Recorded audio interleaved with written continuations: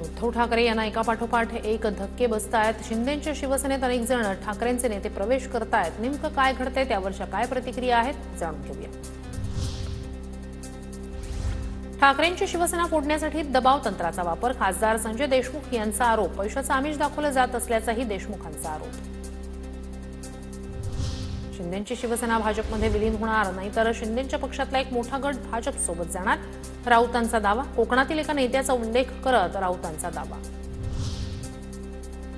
आदित्य ठाकरेही ठाकरेंना सोडण्याची भाषा करतील अशी ठाकरेंच्या शिवसेनेची अवस्था। शहाजी बापू पाटील यांचा हल्लाबोल, तर भास्कर जाधव यांनी चांगला निर्णय घेतल्यास त्यांना भरपूर संधी मिळेल, शहाजी बापू पाटील यांचं वक्तव्य।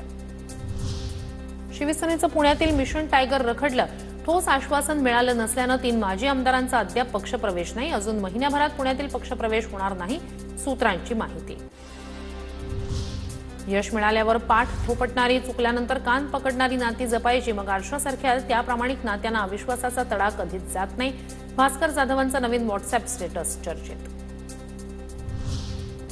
भास्कर जाधव भाजपमध्ये येण्याची काही चर्चा नाही, त्यांनी भाजपशी अद्याप संपर्क केला नाही। भाजप प्रदेशाध्यक्ष चंद्रशेखर बावनकुळे यांची माहिती, तर आम्ही फोडाफोडीचं राजकारण कधी केलं नाही। बावनकुळेंकडून विरोधकांवर पलटवार। शिवसेनेकडून ठाकरेंच्या कोकणातील एकमेव आमदाराला थेट ऑफर, वाघांच्या कळपात्या। संजय शिरसाट यांची भास्कर जाधवांना ऑफर, तर यापूर्वी उदय सामंत यांच्याकडूनही जाधवांना शिवसेना प्रवेशाची ऑफर। भास्कर जाधव नाराज नाहीत, ते ठाकरेंशी बोलतील। नाराजांना थांबवणं ही जाधवांची भूमिका। माजी आमदार वैभव नाईक यांची प्रतिक्रिया। उद्धव ठाकरेंनी आता सेना भवनाला टाळं ठोकावं, ठाकरेंनी बैठका बोलवाव्या, आम्ही त्यांचा पक्ष रिकामा करतो। मंत्री नितेश राणे यांची उद्धव ठाकरेंवर जोरदार टीका।